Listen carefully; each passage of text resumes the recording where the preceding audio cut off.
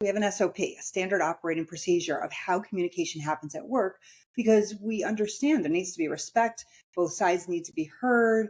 There needs to be just a workable communication. And then we come home and we throw all of that out the window, which boggles my mind.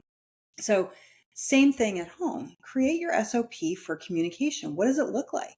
First of all, where are you going to have the conversation? Is it better to have it at the dining room table, or is it better to have it in bed? Not usually where I recommend having disagreements, but for some couples, it's more comfortable. It actually drops their defenses. How long is the conversation going to be? You say it ahead of time. What I usually recommend is if a disagreement is going longer than 30 to 40 minutes, it's probably time to table it, because emotions start building in at that point in time. And there's no harm in taking a break and resolving it, committing to each other that you're going to pick up the conversation again. This is not avoiding it. It is simply taking advantage of rational thinking in the moment. And then one of the most concrete strategies I suggest to couples is they create a safe word. So we've heard about safe words when it comes to sex and intimacy, and it has a similar purpose, where a safe word allows one or both members of the relationship to say, hey, things are starting to go off track.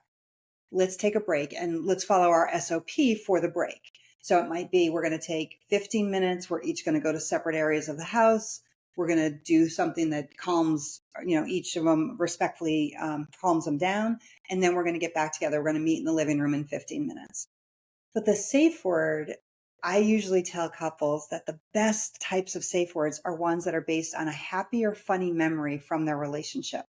Because when one of them says, in my relationship, the safe word is seagull, because we had a gigantic seagull that kind of blocked the proposal my husband had planned.